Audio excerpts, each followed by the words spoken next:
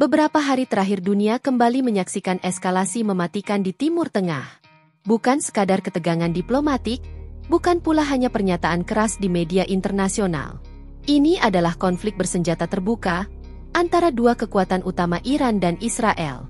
Sejak 16 hingga 17 Juni malam, serangkaian serangan besar-besaran diluncurkan oleh Israel ke kota-kota besar di Iran. Dengan dalih menargetkan fasilitas militer dan komando Garda Revolusi, kenyataannya rudal-rudal Israel juga menghancurkan gedung siaran publik dan rumah sakit, korban sipil berjatuhan. Serangan ini bagi sebagian pengamat menandai bahwa Israel sekali lagi bersedia mengambil risiko besar terhadap warga sipil untuk mencapai tujuan strategis militernya.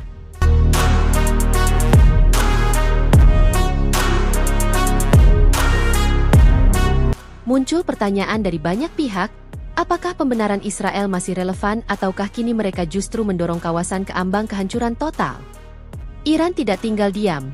Rudal balistik dan drone diluncurkan sebagai balasan dan sejak saat itu, kedua belah pihak saling mengirim sinyal bahwa konflik ini belum akan berhenti dalam waktu dekat. Yang jadi pertanyaan sekarang, apakah ini hanya episode singkat dari konflik panjang dua negara? Ataukah ini akan berubah menjadi perang regional besar-besaran yang menyeret kekuatan besar dunia dan menjadikan Timur Tengah kembali sebagai titik api global? Tanggal 16 hingga 17 Juni malam, Israel meluncurkan serangan udara besar-besaran ke Tehran, Esfahan dan Kermanshah. Meski pemerintah Israel mengklaim targetnya adalah fasilitas militer, banyak laporan menunjukkan kerusakan parah di zona sipil. Sebuah rudal menghantam kantor siaran IRIB saat sedang menyiarkan berita dua jurnalis tewas. Di Kermanshah, rumah sakit sipil terkena ledakan, relawan Palang Merah menjadi korban. Amnesty Internasional menyebut tindakan ini berisiko melanggar hukum kemanusiaan internasional. Bagi warga sipil Iran ini bukan sekadar konflik antar negara, tapi serangan langsung ke jantung kehidupan mereka. Tak lama setelah serangan Israel, Iran meluncurkan operasi balasan bertajuk Trup Rames. 300-an rudal balistik dan drone kamikaze ditembakkan ke berbagai wilayah Israel termasuk Haifa, Glilot, dan Tel Aviv. Target utama meliputi kilang minyak, pangkalan udara, markas intelijen hingga fasilitas pertahanan udara. Iron Dome dan sistem pertahanan lainnya tidak mampu menahan seluruh serangan. Beberapa rudal bahkan lolos dari deteksi awal menghantam sasaran vital tanpa peringatan. Di Haifa, kebakaran besar terjadi di kilang minyak dan depot gas. Api melalap fasilitas selama lebih dari 6 jam sebelum berhasil dipadamkan. 3 pekerja tewas dan sejumlah besar cadangan bahan bakar musnah. Salah satu rudal juga menghantam gudang militer di pinggiran Tel Aviv, menimbulkan ledakan sekunder dari amunisi yang tersimpan. Getaran ledakan terasa hingga pemukiman sipil, memecahkan jendela-jendela apartemen dan menyebabkan kepanikan massal. Ledakan di pusat industri Glilot menjadi bukti bahwa bahkan markas intelijen elit Israel Unit 8200 tidak sepenuhnya kebal. Citra satelit memperlihatkan hanggar dan antena komunikasi yang hancur meski Israel tak mengakui secara resmi. Gambar-gambar tersebut menyebar luas di media sosial. Iran menyatakan bahwa ini adalah peringatan bukan serangan penuh. Namun dari dampak yang ditimbulkan, serangan ini berhasil menunjukkan kelemahan dalam pertahanan udara Israel yang selama ini dianggap tak tertembus. Lebih dari itu, serangan balistik ini memunculkan efek domino berupa ketakutan, disorientasi dan terganggunya kehidupan ekonomi Israel.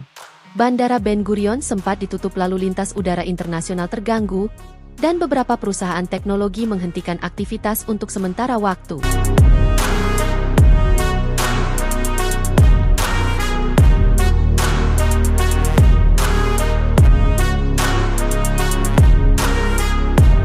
Warga sipil Israel mengalami tekanan psikologis luar biasa. Banyak dari mereka mengungsi ke selatan atau luar negeri. Video-video warga yang menangis di tempat perlindungan menyebar di media sosial, menunjukkan dampak psikologis yang mulai dirasakan publik Israel. Yang mengejutkan, drone kamikaze Iran juga berhasil menyusup ke kawasan industri milik sektor teknologi tinggi Israel. Meski kerusakannya belum sepenuhnya terungkap, namun hal ini mengirim sinyal bahwa bahkan teknologi silikon wadi tak luput dari radar Iran. Beberapa analis menyebut ini sebagai demonstrasi presisi oleh Iran yang secara militer berhasil memadukan kekuatan rudal, serangan siber terbatas, dan perang elektronik untuk membingungkan sistem pertahanan Israel. Dunia menyaksikan bagaimana salah satu kekuatan militer paling canggih di dunia harus berhadapan dengan realita baru, musuh yang mampu menyusup dan menghancurkan secara terkoordinasi.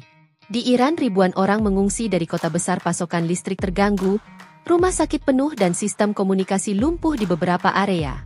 Di Israel meskipun memiliki sistem pertahanan berlapis, warga tetap hidup dalam ketegangan tinggi bunker bawah tanah. Ketegangan ini berpotensi menyebar jauh melampaui dua negara. Hizbullah di Lebanon telah mengancam akan membuka front baru.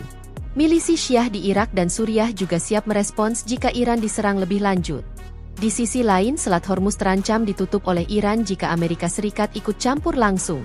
Langkah itu bisa mengguncang pasokan energi global dan memicu resesi regional. Kehadiran armada militer Amerika Serikat dan NATO di kawasan terus meningkat. Jika fasilitas mereka terkena imbas konfrontasi langsung tak bisa dihindari, Turki dan Arab Saudi berusaha menjadi penengah, tapi posisi mereka yang sensitif membuat ruang gerak terbatas. Jika konflik makin panas, tekanan politik dan blok-blok aliansi bisa membelah Timur Tengah menjadi dua kutub baru. Konflik yang mulai sangat membara pada 16 hingga 17 Juni 2025 ini telah membuka babak baru. Ketegangan militer di Timur Tengah, korban sipil berjatuhan di kedua belah pihak, infrastruktur rusak, ekonomi terganggu, dan stabilitas kawasan makin rapuh. Kini wilayah yang telah lama berada di ujung tanduk itu kembali dihadapkan pada risiko eskalasi global. Jika gencatan senjata tidak segera dicapai, maka konflik ini bisa menyeret aktor-aktor besar lainnya, Amerika Serikat, Rusia, dan bahkan Eropa. Konflik ini bukan lagi sekadar persoalan dua negara. Ini telah menjadi pertarungan narasi, adu teknologi militer, dan ujian bagi diplomasi dunia. Jika para pemimpin dunia gagal membaca situasi, maka bukan tidak mungkin perang ini menjalar ke kawasan Laut Merah, Teluk Persia, bahkan Eropa Timur. Dunia internasional kini menghadapi ujian besar. Apakah mampu mendorong perdamaian atau justru hanya jadi penonton dalam perang yang bisa menular lebih luas? Satu hal yang pasti, jika konflik ini tidak segera dihentikan, maka batas antara perang regional dan perang dunia hanya tinggal sehelai benang tipis. Dan jika benang itu putus, kita semua akan merasakan getarannya. Video ini disajikan dengan tujuan edukasi dan informasi berdasarkan fakta dan analisis yang seimbang. Kami tidak mempromosikan kekerasan, kebencian, atau ujaran kebencian terhadap kelompok manapun. Konten ini menghormati kebijakan YouTube mengenai ujaran kebencian, konten kekerasan dan provokasi, dan informasi yang menyesatkan. Referensi kebijakan YouTube dan undang-undang terkait pedoman komunitas YouTube, Undang-Undang Informasi dan Transaksi Elektronik Indonesia, dan Konvensi Internasional tentang Hak Asasi Manusia.